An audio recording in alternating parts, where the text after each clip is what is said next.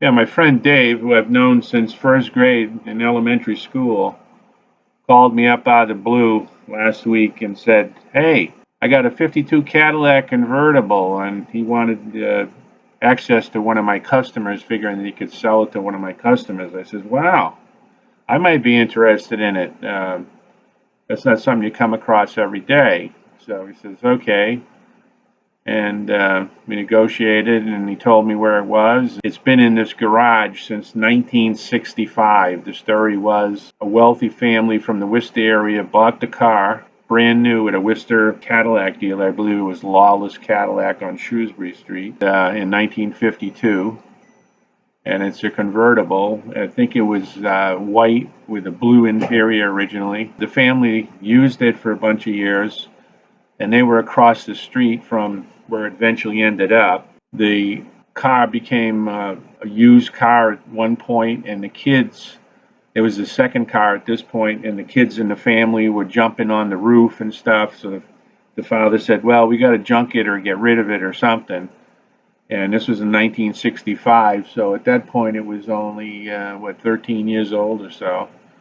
And they had no intentions of driving it ever again. So there was a neighbor kid across the street, and he was only 15 years old.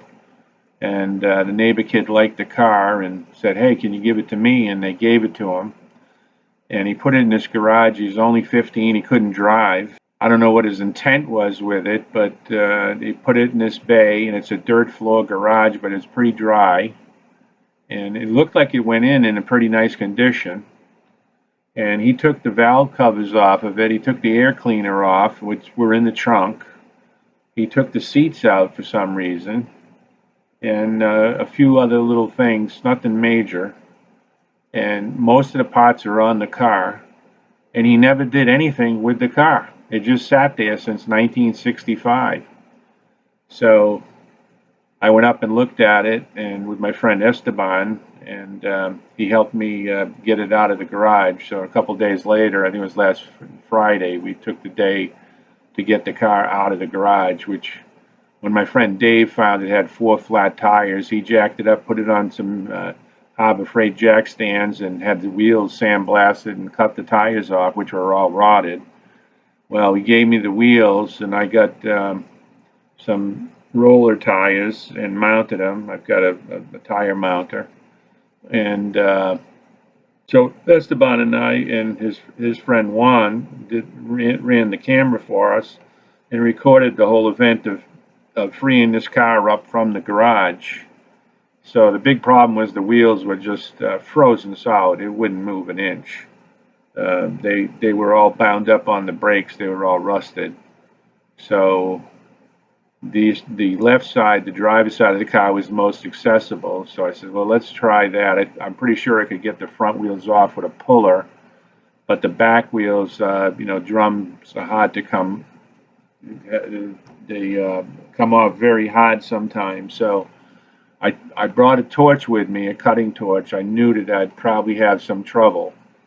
So I heated it all up first and see if I could use the slide hammer to pull it off, but it wasn't a go. So I had to end up cutting the central hub out of the brake drum. Didn't do any damage to anything other than the brake drum, and I'm pretty sure they're available.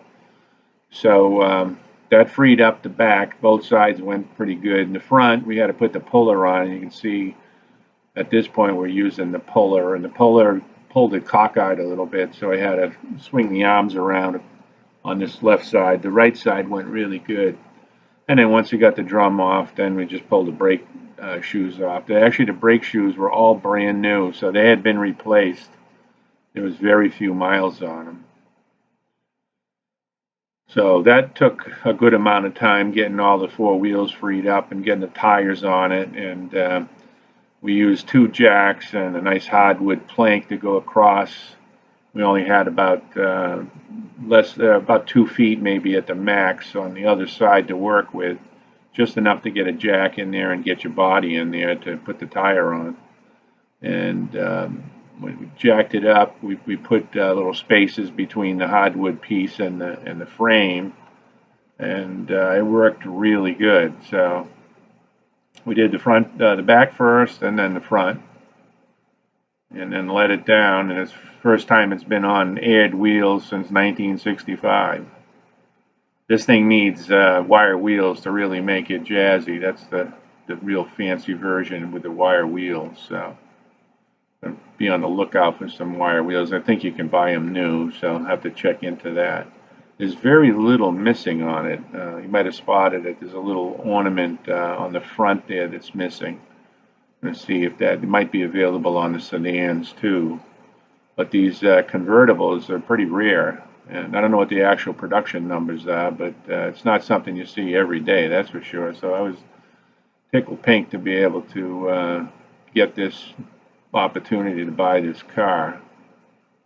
So we're going to be doing a series of videos on the restoration process on the car. So just like the Scout, and this came out of the blue, so I don't know how far we'll go with it. We didn't have any intent of buying a Cadillac convertible. It just happened one day. That's it. So Esteban's putting the hook on the front A-arm, and we had to bring the car sideways here to get it out because that column in the garage was in the way. So it was a kind of a tricky deal to get the ramps all lined up, and the trailer was at an angle. The driveway wasn't facilitating. We were on a neighbor's yard, which we had permission to do, but it wasn't level ground. So it was an all-day ordeal for two people to get this thing loaded. We got a nice winch on the trailer that we have, and it yanked it up no problem.